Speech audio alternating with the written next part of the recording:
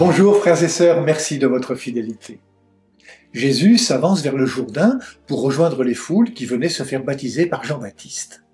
Et Jean le Baptiste dit à Jésus, « C'est moi qui ai besoin d'être baptisé par toi, et c'est toi qui viens à moi. » Mais Jésus lui répondit, « Laisse faire pour le moment, car il convient que nous accomplissions la volonté de Dieu. Laisse faire pour le moment. » Alors, Jean le laisse faire. Et des cieux, une voix disait, « Celui-ci est mon Fils bien-aimé, en qui je trouve ma joie. » Et c'est ce Fils bien-aimé que nous retrouvons dans le désert, après 40 jours et 40 nuits de jeûne. Ce Jésus qui commence sa vie publique a conscience d'être celui qui vient accomplir la volonté de son Père. Ces 40 jours et ces 40 nuits font écho aux 40 ans du peuple hébreu avant d'arriver en terre promise. Oui, Jésus vient accomplir la promesse faite depuis les temps anciens. Il disait, vous vous souvenez, à Jean-Baptiste, « Laisse faire ». Toute sa vie, Jésus sera tenté de fuir sa mission, sa vocation. On se souvient de la réaction de Pierre lorsque Jésus dit qu'il devra mourir. « Dieu t'en garde, Seigneur, cela ne t'arrivera pas. » Et Jésus lui dit, « Passe derrière moi, Satan. » Plusieurs fois, on voudra faire de lui un super médecin, un guérisseur, un homme de pouvoir. À chaque fois, il devra affirmer sa fidélité à son Père, dont il est le Fils bien-aimé. Jésus refusera toujours d'être le Messie magique, le Messie sensationnel, le Messie politique et dominateur. Il nous invitera toujours à écouter en nous la parole de Dieu qui murmure discrètement à l'homme l'amour du Père.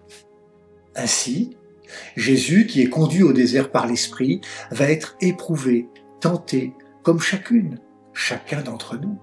Il va vivre ce que tout être humain vit.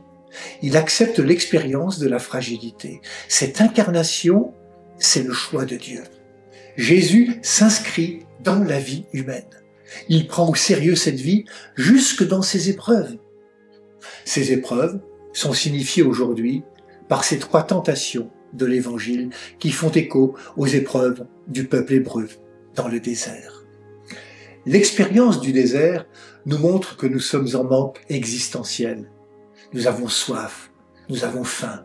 Et l'Église nous dit au début de Carême, eh bien, faites comme Jésus. Allez donc faire un tour au désert. Allez donc vous abreuver au pays de la soif. Allez donc vous refaire au pays du dénouement. Voici le grand moment du Dakar de la sainteté, destination désert pour aller vers l'oasis de la vraie vie.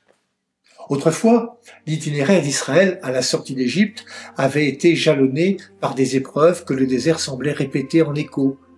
L'obsession des nourritures matérielles, l'attente de manifestations étranges et merveilleuses, l'attrait des divinités faciles des peuples rencontrés. Chaque fois, il avait fallu désentraver le peuple choisi, le libérer à nouveau pour qu'il reprenne le chemin vers la terre promise. Ces 3 tentations étaient devenues de véritables symboles de la fragilité d'Israël.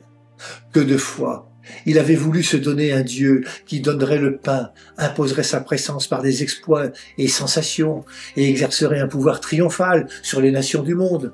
Un Dieu qui répondrait enfin aux besoins et aux rêves de son peuple.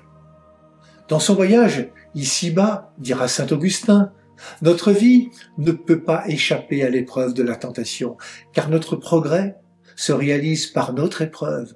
Personne ne se connaît soi-même sans avoir été éprouvé, et ne peut être couronné sans avoir vaincu, ne peut vaincre sans avoir combattu, et ne peut combattre s'il n'a pas rencontré l'ennemi et les tentations. Dans cette passe d'armes entre Jésus et le démon, c'est bien notre liberté qui est en jeu. Jésus va vaincre ce démon.